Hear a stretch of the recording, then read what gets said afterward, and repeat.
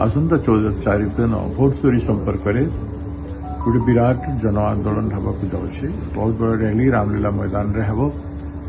ए रामलीला मैदान रे खड़गे जी नेतृत्व में जो सभा हेबो से मुख्य भाव में आम नेता श्रीयुक्त राहुल गांधी जी भोट चोरी संपर्क में उपस्थापन करेंगे केमिति गणतंत्र को हत्या करा जाउछि, भोट लुट होउछि, बेकार युवक मानकर चाकरी लुट, चाषी मानकर भविष्य लुट, श्रमिक मानकर श्रम लुट, तांकर परिश्रम लुट, महिला मानकर प्रति तांकर सम्मान लुट एवं आमर विभिन्न क्षेत्र रे जेते संभावना अच्छी से समस्त संभावना स्वाधीन चेता भारत वर्षर संविधानिक जेते अधिकार अच्छी से सबुथिर चोरी हो जाଉଛି।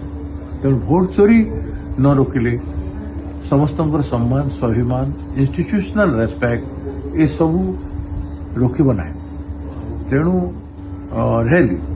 रैली संपर्क में पार्लियामेंट राहुल गांधी जी, प्रियंका गांधी जी, श्रीमती सोनिया गांधी भी आम समस्त नेता वेणुगोपाल जी समस्त बहुत भाव में उपस्थापन कर सारी एवं आमे भोट चोरी संपर्क में ओडिशार अनेक कार्यक्रम नहींचु।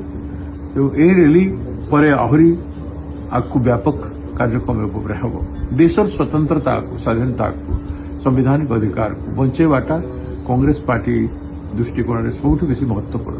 तो सेटा हेबाकु जाउछि। एही रैली रे व्यापक संख्यार ओडिशा भाई भौणी माने कांग्रेस नेतृमंडली समस्ते अंशग्रहण करने को चाहते।